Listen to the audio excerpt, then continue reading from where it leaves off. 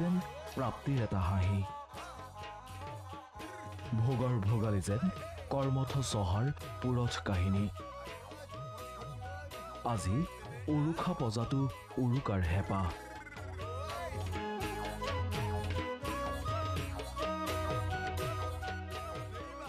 অনাৰ্য বিহু সংজ্ঞাবিহীন এই বিহু জাতি বৰ্ণৰ ঊৰ্ধ্বত কেৱল পৰম্পৰা আৰু আৱেগৰ সংমিশ্ৰণে বিহুৰ নিয়ম গতিশীলতাত শিপা খামুচিবলৈ শিকায় বিহুৱে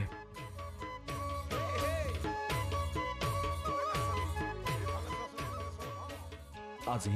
ভোগালীৰ উৰুকা সুসংহত জাতিটো আজি উবুৰি খাই পৰিছে উৰুকাৰ পৰম্পৰা ৰক্ষাৰ বাবে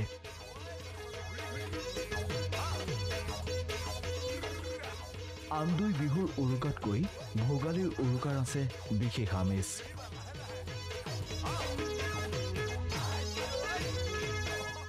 এই উৰুকাৰ সৈতে লুকাই আছে ভিন্ন ভিন্ন লোককৃষ্টি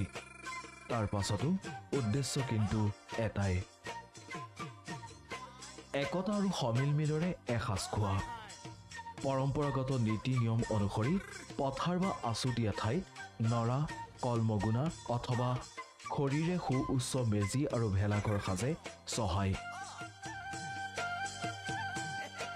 ভঁৰাল ভৰি থকা ন চাউল আৰু অন্যান্য খাদ্য সম্ভাৰেৰে সেই মেজিৰ তলতে নিশা এসাঁজ খায় সকলোৱে নাচি গাই স্ফূৰ্তি কৰি পাহৰে ভাগৰ তাৰ মাজতে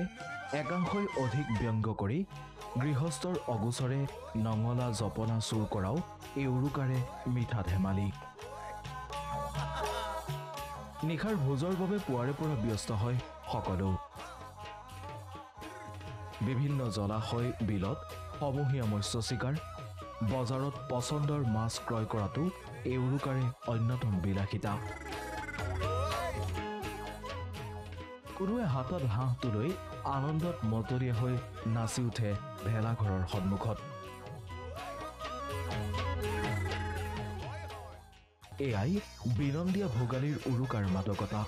এয়াই প্ৰাণচঞ্চল অসমীয়াৰ ভোগালীৰ ভোগ অসূয়া অপ্ৰীতি পৰিহাৰ কৰি জাতিটো জি উঠাৰ উৎস নিউজ ডেস্ক প্ৰথম খবৰ